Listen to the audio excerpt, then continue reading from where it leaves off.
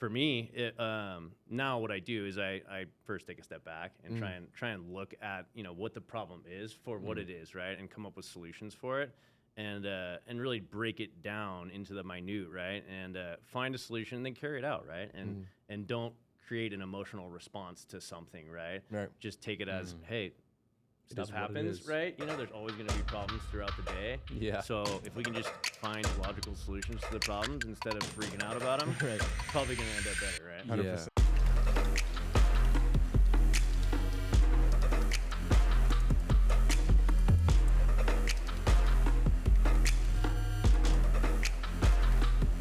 What's up, everybody? It's your boy Tre, and I'm back again with Tre'd Talk. And today we're back with my co-host, Mr. Tyler Joe Stratton. What's up, baby? How you doing? What's up, brother? It's good to be here, man. We're about to have some fun. So today we got a cool guest. The guest himself is a little bit different, but he's going to tell you why, not us. It's going to be something smooth. It's going to be fun. Mr. Travis, how are we doing today? What's going on, guys? Good to have you, man. Thank you Good to for have having me. That's what I love to hear. So, man, we're here. It's going to be something that's very cool, man. We're not trying to kill you with any crazy questions. Nothing that's going to get you in trouble with the FBI or anybody like that. That's good. That's good. We like that. Very simple things, and a few quick questions, right? Nothing too off the wall, but let's get to know you. That's the goal here. Okay. You know what I mean? So tell us about where you're from, where you started, and where you're going. Awesome. I love it. From Sacramento, California. So pretty much born and raised in the California area. Okay. So been there for 32 years now. Wow. That's how old I am. So That's crazy. Yep. Own an asphalt paving company called Action Asphalt, based out of Sacramento. So trying to take that to the next level. That's where we're going, man. That's what I like to hear, man. That's what I like to hear. Next level things. So what does that look like for you and your company? Like, what's the next level that you're looking to reach? Next level, man, for me is really just trying to make an impact on the people that are part of our company as well as the people in our community, right? And I think for a lot of years, our focus was just grow, right? And we didn't really focus on anything but that. Right. And I think over the last couple of years, we've made a switch to really try and focus on growing our people, taking people with us, right, on that journey of growth, right? And then trying to make a difference in the community, and we're not really sure what that's going to look like yet, but that's one of my goals is to do both of those, right, with our company. That's awesome, man. I think, something that I've been hearing a lot lately since we've been rolling through is a lot of people are thinking about other people in their businesses now. Like, when did that establish in your own mind? Like, how long ago was it when you're like, you know what, we've been growing, but now it's time to help other people grow? When did that transition take place for you? When can you remember? Or what caused that transition to take place?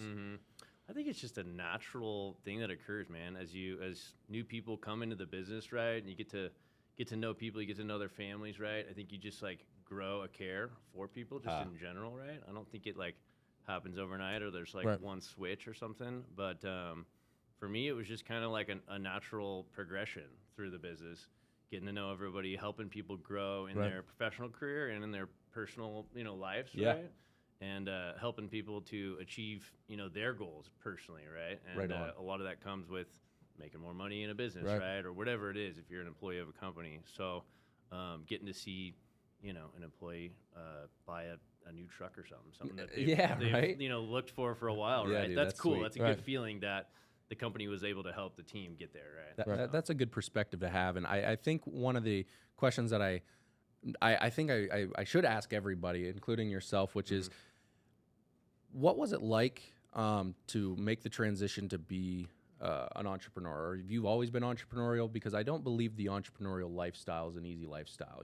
People hype it up to be something, much more great than it truly is. It's a lot of hard work, a lot of discipline, a lot of dedication, a lot of moments of scratching your head and knocking your head up against everything and everyone, right? And every wall. Oh, yeah. And every wall, running through some people, running through some walls, whatever it is. But like, why did you decide to take the entrepreneurial route? Because it's not a route that's, I think, is personally easy, dude. So. Totally. I agree with everything you're saying there. Personally, for me, it was something that my parents kind of raised and taught in me, right? I don't think that there was a choice necessarily. My dad actually started our company with a lot of support, obviously, from my mom. And so growing up, really, I was on an asphalt crew. When I was like 7 or 8. I mean, you're not really doing a lot when you're 7 or 8. But you out there, right? you out there in that heat, I was probably doing all the wrong stuff, but that's okay, right? And so for me, it was a lot of lessons along the way, just from my dad, from my mom, right? Just growing up, like here's how to be in the world, here's how to build good character, here's the values that you need to have, right, to be a good entrepreneur, to treat people right, and to have an impact, right, in your business.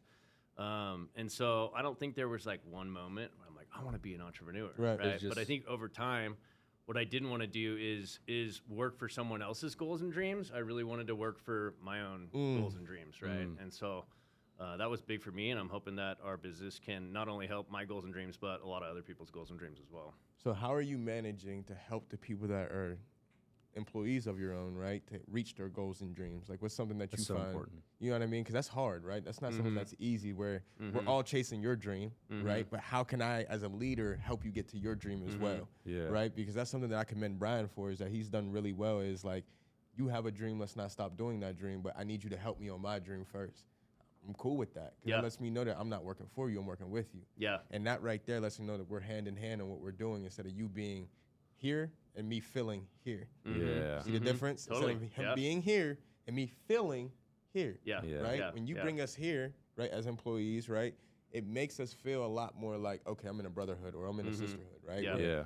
Let's come together. So how are you, right, being able to be the leader, helping your employees reach their dreams? Yeah, that's a great question. I think the first answer to that, and the first thing that we try and do, is like, hey, everything is a team, right? And we have to act as a team, right? And so super important in sports, right? 100%. Acting as a team. And so like the end goal for us is not for the team to work for us as the company owners, right? The goal is to have a great experience for the client, to be servants for the client, right? And so that's all of our goal, no matter what level you are through the company, right? And so that would be the first thing, is like, hey, our whole team here is trying to serve the client. Right. And then the second, what we do is we really sit down with everyone and go, hey, what are your goals? Where are you looking to be in the future? And then how can we get you there? Wow. And Good stuff. a lot of times, it's a long process, Right. right? Because most people's goals are much bigger Right. than Right. they can accomplish in a year or two. Right. But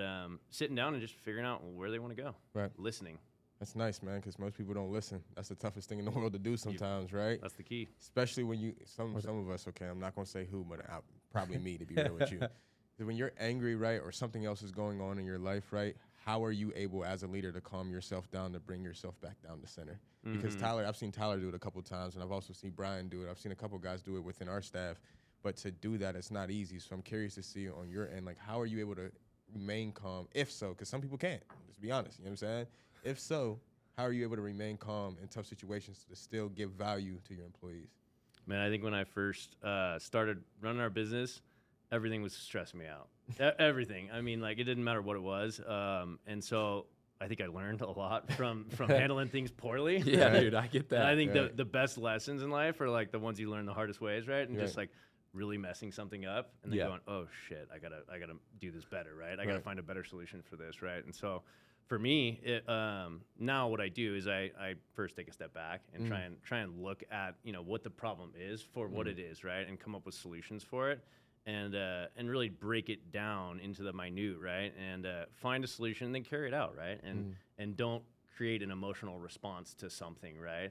Just take it as, hey, stuff happens, right? There's always going to be problems throughout the day. Yeah. So if we can just find logical solutions to the problems instead of freaking out about them, Right. probably going to end up better, right? 100%. Yeah, that's so true, man. I listened to the podcast of Tony Robbins, and he talks about how, not sure if you're familiar with him or anything, but he's like a personal development business coach, and he has like literally like investing in thousands of different companies, right?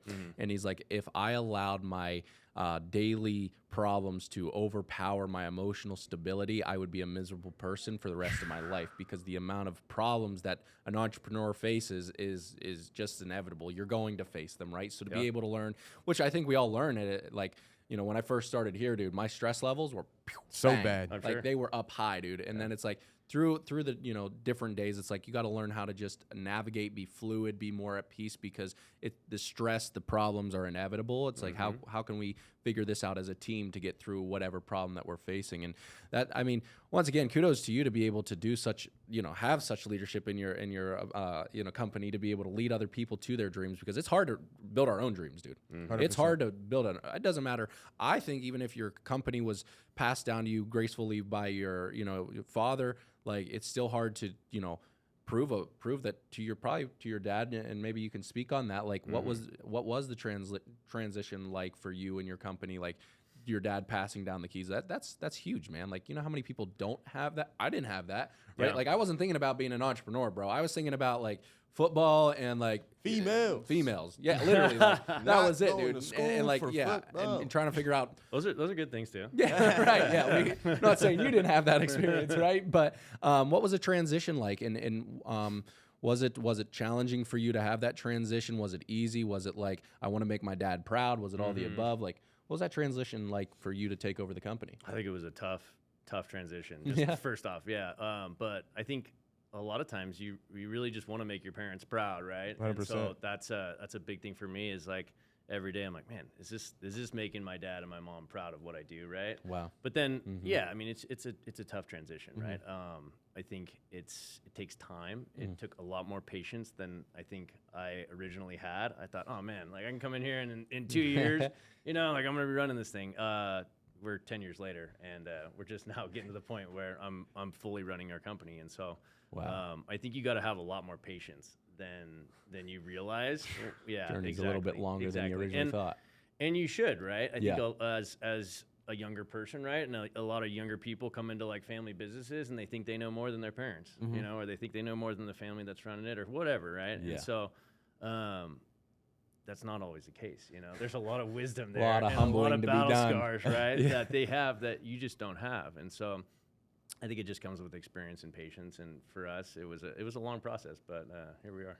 See, I got to know, because you keep referring back to the humble and patience, and you started with like, yeah, it was rough. So I need to know, what is the moment in time where you felt you were most humbled by this job? Like, there has to be a specific moment where you were like, yeah, I got to work on me. Yeah. Oh man, I don't even think I could probably think of a moment, if I had some time, but I think it's a lot of moments, really, is what it is, of, once again, messing things up. Like, doing it the wrong way and learning by messing something up. I think that's the best way to learn, right? And so I don't think there was any one moment, but there was a lot of bad moments. A lot of ones that hit you in the gut. I get it. Yeah, for sure. Right on. This podcast is basically about helping people to understand, what you do. So if there's a message that you'd like to get out there of like who you are as a company and what are the services you provide. I mean, it's basically in the name, which is ideal, but like, what are some of the services that you provide, and ultimately, where are you at online that people could follow you? Just because, once again, like, we want you to make sure that you have an opportunity to share your story. 100%. And for those that are listening here today, Travis, I mean, we've had multiple interactions throughout our time since I've joined the Pavement Group, and you are such a good guy, and we want to share that energy in your company with other people to help them strive to move forward, right, in their areas. So what do you feel like you're an expert in, and where can you help people that are listening to this at? Sure. I appreciate that. I think the difference between our company and a lot of the companies that do the same thing. I mean, we do asphalt paving, we do concrete, we do seal coat, we do striping, we do all of those things to service the pavement maintenance industry, right? But the main focus, like, day to day for us, is just serving people, right? And that's not only our team members, but also our clients, our subcontractors, our vendors, all the people that we work with, right? And I think the most valuable part of business is just people, right? And if you don't have people, usually you're not going to have a business. Yeah. So that's where we put most of our focus, is just on making sure that we're serving our clients, right? And making their lives easier. Yeah. And it doesn't matter what we do, right? As long as we're doing it with the thought in mind of just making their life easier, because like, most of our clients have a lot on their plate, and most people do, right? And so if you can make something easier for them or take something off of their plate, they're going to appreciate it, right? And so they're going to remember back to you. Yeah, they're going to remember you. And then obviously do quality work and all the other stuff that it comes along with being a contractor, right? But I think for us, if you put people first, you're going to do well at business. Now, what is something, because you said it's a family-owned business, correct? So it being a family-owned business, there's a lot of things that you do differently from your parents, right? So what is something that you brought to the table that is different from what your parents originally was doing? That's a good question. I think the main thing that I feel like I'm pretty good at or getting better at is putting people in the right spots to be successful. Oh, I love that. And then trusting them that they're gonna figure it out, right, and get the job done well. And so we've really brought on some really good team members, right? And you can bring on good people, but if you don't trust them, right, to figure out how to do it, and if you're a micromanager, it's probably not going to end up well, right? So we're definitely, I would say, more like macro managers, right? Okay. Where we give you the tools, we give you the direction, and we're going to be there to support, right? But we're not going to, be a micromanager where every single thing you do, we're going to try and watch over. You're part of the team, man. Yeah. It feels good, too. I even when I was playing sports, I never micromanaged my teammate. It's like, no, I'm trusting that you're doing what you're doing. I don't know what you just did, but it worked. So right? do it again. Yeah, so continue to do it, right? So, and then it's like reminding them, you're doing well, like, and always, like you said, checking in on them and having those one-on-one conversations to get them to where they want to go. That builds trust along the way, right? Because it's like what you guys do is tough work when you're doing it. Like, I mean, grueling hours, right? Like, you are not at home. You're traveling, you're moving around. Around. It's in the hot seasons, right? It's not in like the, where weather's always beautiful. But think about that, Tyler. Yeah. You said it'd be hot, right? It'd be hot. Now imagine being 8 years old out there on that thing, sweating your balls off. Thinking I should be inside or enjoying the outside time, right? You know what I mean? No, And thank and why you. I stuck Built with different. it, I don't know. Yeah, why? Who wants to do asphalt paving? I don't know. Dude, but it's working out for you, right? Yeah, it's yeah. working But out for you. To your point, man, I mean, it's a hard job. Like, It's and a no matter hard job. what you do in contracting, it's hard, and the grueling. days are long. And so one thing we also try and like encourage our team members, like, don't bring emotions into the workplace. That's huge. Because the day is already hard enough, and if we're fighting because we're on the same team about something stupid, like we're not going to get the job done, and it's going to make it way harder to be at work, Right. And to get the job done anyway. So try to keep emotions out of what you do at work, right? Wow. And just focus on the job at hand, and everybody goes home to their family, and everyone's happy. And that can be difficult now, though. You know what I mean? Because that takes some psychological strength, right? It takes a strong leader to, not just say that we should not keep our emotions, in check, but also to not allow your emotions to get to the best of you, And right? we're not all perfect. No, It happens, right? It happens, dude. But but you know what? Also, like we shouldn't run away from that because it's like that's what strengthens the team. 100%. Like that's what strengthens families. 100%. Like I'm gonna even not to bring it in personally, but like even when my wife and I had challenging conversations, it's when we started to connect and build a better relationship with one another. When we go through challenges, when we were in the Grand Canyon, for the pavement group, the challenges that we've overcome as a team, like it bonded us, right? It builds something different. So to not allow yourself to be affected by your emotions so that you can progress through the day and get home quicker to your family, or just heck, to get your boots off, right? Whatever you're looking forward to, or that nice cold beer. I mean, that was my dad. Like, he was a contractor, right? And it still is. And like that was his routine, man. Waking up 4:30 in the morning, the grind, waking up before the birds He just even happened to start get chirping. home. Yeah, You know what I mean? So he's like 12, 13, 14-hour days some days, right? Or like we don't even see him. He's like, I got to sleep in the truck.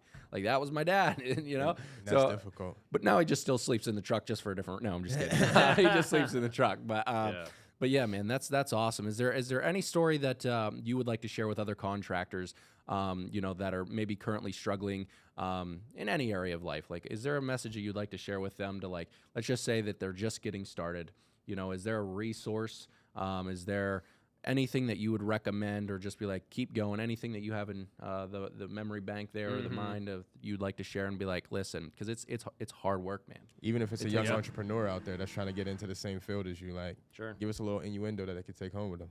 Man, I say just take the first step, do the things also that make you nervous. Every day I try and do the things that make me nervous too, like being on camera right now. Like, it's a little nerve-wracking, right? But Yeah, I get taking the first step and doing the thing that you think maybe is impossible, or that, you find hard, or whatever it is, right? Yeah. Just take that first step. And that can apply to so many things in life, right? Of getting yourself out of a bad situation, making better decisions, whatever it is, right? But 100%, dude. And that's go out the and hardest try. thing. And That's if the you mess hardest. it up, it's okay. That's Try it, dude. again. Keep And that's going. hard. Try, fail, and adjust, right? That's hard. Try, man. fail, and adjust, That's man. hard. And then, find some mentors along the way, right? People that can help you get there quicker. Try and educate yourself, right? But just continue to grow and focus on really just growing as a person and as a company, more than some kind of end goal of being at some revenue number or something like that. Just focus on growth. And that's nice, man, because that translates in just life in general. You know what I mean? Do the things that you're scared to do because they might change you for the better. And not a lot of people are willing to do that. You know what I mean? Because they see that, well, here's this adversity, and this adversity. Well, I believe that you learn the most through adversity. You know what I mean? Unfortunately, it's the truth, though. It's because it sticks in the mind. It sticks in the mind, man. Typically, the things that are the hardest for you are probably the best for you. You know what I mean? In some type of fashion. That's not always true with relationships, but in the most part, still though, like you're still learning, you're still growing. You know what I mean? So that's where you find your most growth. So like most coaches, what they typically do is they put the players or the athletes in the most adverse situation they can be in before they even get to the game, because they want to be prepared for the bull crap, right? Yeah. So like in that circumstance, as a leader, how do you prepare your guys for the bull crap? That's a great question. I don't think you can prepare them, you know, in every way, in every form, in every fashion, right? But I think it's having, and this is actually a conversation that I have pretty frequently, because a lot of our crew members, a lot of our team members, they'll get upset when something goes wrong. And they're like, man, like everything was going perfect for the day, and then, you know, this came along or whatever, right? And so the conversation I have is like, look, if you go into the day expecting things to go wrong, they will. And they go wrong, then it's like, whatever. Right. You know, like I was expecting this to happen, and then you're just going to figure out a way to trudge through it, right? Find a solution, carry it out, right? So. Oh, that's true. That's biblical too, man. Seek and you shall find, right? What you're looking for, you know, is ultimately going to show up at your doorstep, man, like good and bad. So if like you're looking like, oh, it's going to be one of those days, you know, right off the start. Oh yeah. It's going to be one of those days. Guaranteed. Now you just guaranteed it. Thank you, Chad, or whomever, right? Yeah, thank you for speaking that into existence. But, dude, good stuff. Is there anything else that you would like to leave before we jump off here, wrap it up? Is there a place that people can, are you online, are you on social media? Do you do that kind of stuff? A lot of contractors are just getting into it. What's your story, man? That's me. I'm just getting into it. Okay, so, perfect. Let's build the following. In the next couple months, you're going to see a lot more of me on Instagram, Facebook. We have a website, obviously. Yeah, I would say just reach out, you know. Awesome. And happy to answer any questions. But I just want to say I really appreciate both of you guys, you know. No problem. You guys always come up with great questions. You know, you guys care about people. And so thanks for having me on. Well, we appreciate you, man, bro. for real. Yeah, thank you guys. Man. Yeah, absolutely. So once again, this has been Tre'd Talk. We appreciate Mr. Stokes for coming out here and enjoying himself, because we enjoyed this great conversation. So again, this is Tre Tipton with my co-host Tyler Joe Stratton Show. It's my man, Mr. Travis Stokes. Man, we had a great time. Keep pushing, keep watching. Like, share, comment, subscribe, all the above. You know what to do. Click that button. We out of here.